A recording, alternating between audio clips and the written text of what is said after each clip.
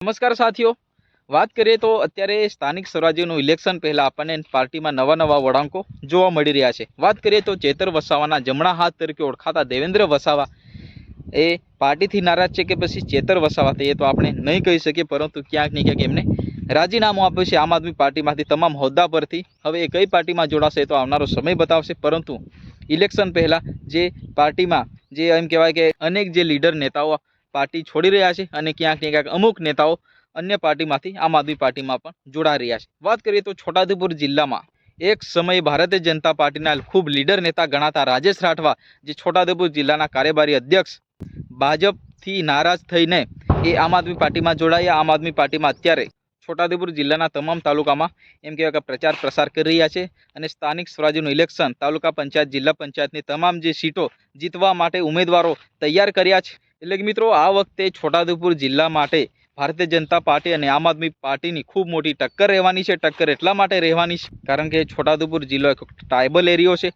એ આદિવાસી વિસ્તારમાં ખાસ કરીને વાત કરીએ તો જે ભ્રષ્ટાચાર, અત્યાચાર, આવેદન નિવેદન એ વિસ્તારમાં વધુ પ્રકારમાં જોવા મળ્યું, કારણ કે જીએમડીસી પ્રોજેક્ટ જેવા આદિવાસી વિસ્તારમાં 28 જેટલા ગામડાઓનું લિસ્ટ બહાર પડ્યું। એટલે કે મિત્રો, 28 ગામડાઓનું સર્વે કરાવ્યું, એમાં આ જે 28 ગામડાઓ એ વિસ્તારમાંથી એમ કહેવાય કે ખસેડવામાં આવશે એ પ્રકારની નોટિફિકેશન બહાર પડી।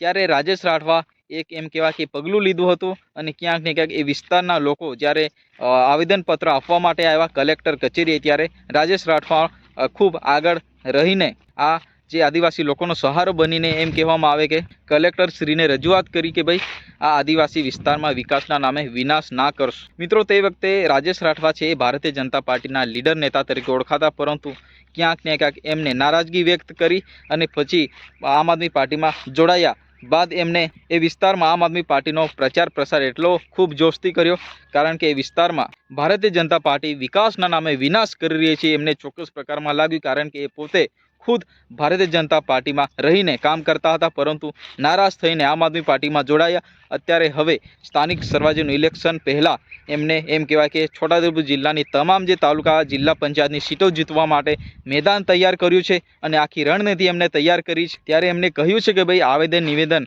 કરતાં કરતાં આપણે થાકી ગયા, કંટાળી ગયા, હવે આપણે એક જ જવાબ છે કે ભાઈ પાર્ટી બદલી નાખી। જે આપણી આમ આદમી પાર્ટી એ સત્તામાં આવશે તો જ આપણો વિસ્તારનો વિકાસ થશે, એવું એમનું નિવેદન આવ્યું છે। એમનું નિવેદન પહેલાં આપણે સાંભળી લઈએ શું કહ્યું છે। જય આદિવાસી મિત્રો, સમગ્ર ગુજરાત અને તેમજ છોટાઉદેપુરમાં પણ તાલુકા પંચાયત અને જિલ્લા પંચાયતની ટર્મ પૂરી થવાના આરે છે અને ટૂંક જ સમયમાં તાલુકા પંચાયત અને જિલ્લા પંચાયત પણ આવી રહી છે। તો જે લોકો, ખાસ કરીને છોટાઉદેપુર જિલ્લાના લોકો, જે લોકો આવેદન અને નિવેદનથી કંટાળી ગયા હશે, શિક્ષિત લોકો, યુવા વર્ગ, જે ક્લાસીસ કરતા લોકો, જે નોકરી માટે આજુબાજુ જગ્યાએ ક્લાસીસો કરતા એવા લોકો માટે જબરજસ્ત મોકા આવ્યો છે। આ વખતે તાલુકા પંચાયત અને જિલ્લા પંચાયતમાં તમામ ગામના છોટાઉદેપુર જિલ્લાના અને છોટાઉદેપુર તાલુકાના દરેક તાલુકાના લોકોએ, યુવા લોકો, શિક્ષિત લોકો આ વખતે ભારતીય જનતા પાર્ટીના લોકો જે કુવહીવટ કર્યો છે આપણા ઉદયપુર જિલ્લામાં અને બહારના જે એજન્સીઓ આવીને જે આપણા લોકો પર હાવી થયું છે એ લોકોને આ વખતે જડબાતોડ જવાબ આપવા માટે આપણે તાલુકા પંચાયત અને જિલ્લા પંચાયતમાં જે મતદાન કરવાનું છે, મતદાન આ વખતે એવું કરો, યુવા નક્કી કરશે જે તે ગામનું ભવિષ્ય, વિસ્તારનું। આ લોકો, જે લોકો પણ તમારા પ્રશ્નો માટે આવેદન નિવેદન કરી ચૂક્યા હોય અને તમારા પ્રશ્નોનું નિરાકરણ નહીં આવ્યું, એ લોકો, ખાસ કરીને ત્રીજા વર્ગના કર્મચારીઓ દરેક ડિપાર્ટમેન્ટમાં, એ પોલીસ પણ હોઈ શકે, સ્ટાફ નર્સ બી હોઈ શકે કે પછી છેલ્લે પટ્ટાવાળો પણ હોય છે, ચોથા વર્ગનો કર્મચારી, આંગણવાડીવાળા પણ હોઈ શકે, જે લોકોએ આ વહીવટથી કંટાળ્યા છે, આ લોકોએ તમે તમારા મતદાન થકી તમે આ સરકારને જવાબ આપવાનો છે। અને આ એવી ચૂંટણી છે કે આ વખતે આપણા છોટાઉદેપુરનું ભવિષ્ય યુવાઓ નક્કી કરવાનું છે।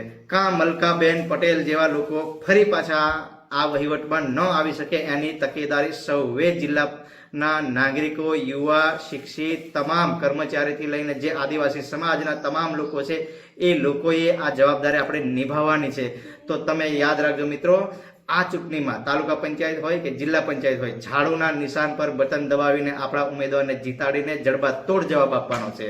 સાયલેન્ટ તરીકે રહો તમે, જ્યારે પણ તમે આવેદન આપશો કે નિવેદન કરશો ત્યારે આ સરકારના જે પેલા સત્તાધીશ લોકો છે એ લોકો તમને તમારા પરિવારને કે નોકરીને કે કોઈને પણ રીતે ગમે તે રીતે ધાક ધમકી દબાણ આલીને પણ તમને બીવડાવશે.